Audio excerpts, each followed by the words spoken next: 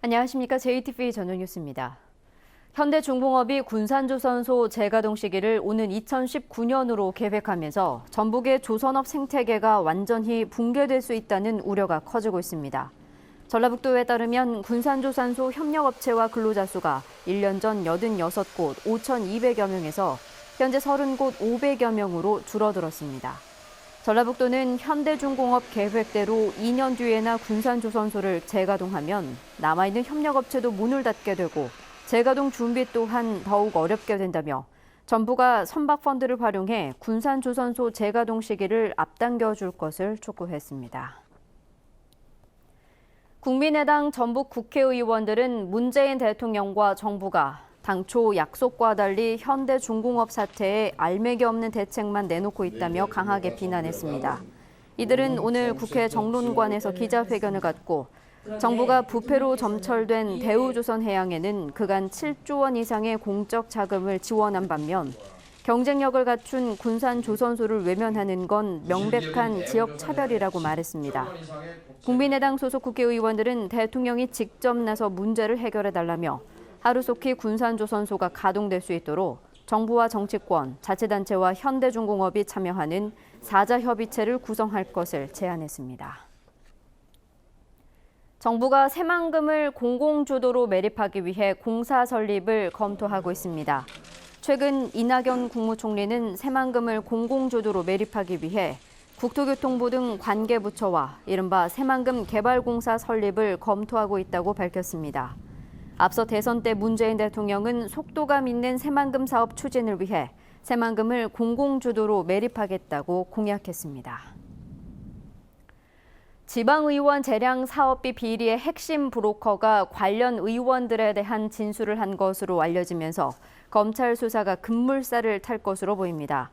이 브로커는 재량 사업비 수주를 대가로 업체 3곳으로부터 2억 5천만 원을 받은 혐의로 구속됐는데 검찰은 이 돈 가운데 일부가 의원들에게 건네진 것으로 의심하고 있습니다. 검찰 관계자는 다음 주쯤이면 재량 사업비 비리와 관련해 사법 처리 대상자들의 윤곽이 드러날 것이라고 밝혔습니다. 장학금 강제 모금 혐의로 불구속 기소 의견으로 검찰에 송치된 정헌율 익산시장이 경찰이 짜맞추기식 수사를 했다며 강력히 대응하겠다고 밝혔습니다.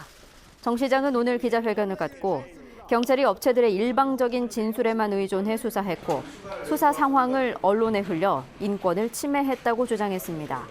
또 경찰청과 인권위에 감찰을 의뢰하고 허위로 진술한 익산시 공무원과 업체 대표 등 4명을 무고죄로 고소하겠다고 밝혔습니다. 이에 대해 경찰은 법과 원칙에 따라 수사를 해왔다며 앞으로 검찰 수사에서 모든 게 드러날 것이라고 밝혔습니다. 여성 농민들이 정부에 여성 농민 전담부서를 설치할 것을 촉구했습니다.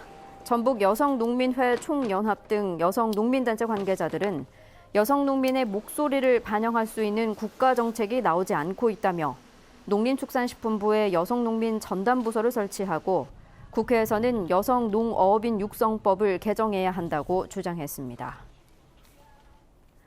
JB금융그룹은 올해 2분기 당기 순이익으로 875억 원, 상반기 누적 1,582억 원을 시현해 사상 최대 규모의 이익을 올렸다고 밝혔습니다. JB금융그룹은 원화 대출 성장과 함께 금리와 자산 구조가 개선돼 이자 이익이 상승하고 자산 건전성이 개선되면서 실적이 전년 동기 대비 23%가량 증가했다고 말했습니다. 세계적 희귀종인 댕구알 버섯이 남원시 산내면의 사과 농장에서 4년 연속 발견돼 화제가 되고 있습니다. 지난 2014년 자신의 사과밭에서 이 버섯 2개를 처음 발견한 주지환 씨는 이듬해 2개, 지난해 8개에 이어 올해도 지름 34cm와 5cm 크기 댕구알 버섯 2개를 발견했습니다. 세계적으로도 희귀한 댕구알 버섯이 같은 자리에서 4년 연속 모습을 드러낸 건 대단히 드문 일이어서 버섯 생태와 효능에 많은 궁금증을 낳고 있습니다. 전북경제통상진흥원은 오는 11일까지 온라인 마켓에 추석 판촉전에 참가할 중소기업을 모집합니다. 선정 대상 업체는 추석 선물 세트와 가을 식품 제조업체로 이달 말부터 10월 초 추석 시즌 사이에 온라인 유명 판매망인 위메프와 지마켓, 11번가 등에서 제품을 판매하게 됩니다. 경제통상진흥원은 선정된 업체의 인지도를 높일 수 있도록 입점 상품 등록과 가격 할인, 광고 홍보를 지원할 예정입니다. 전북은 오늘 부안 37mm, 정읍 28, 전주 19mm 등의 비가 내렸습니다.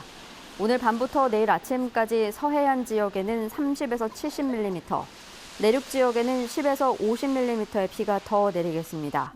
내일 오후에는 고창 등 남부 지역을 중심으로 5에서 40mm의 비가 내리겠습니다.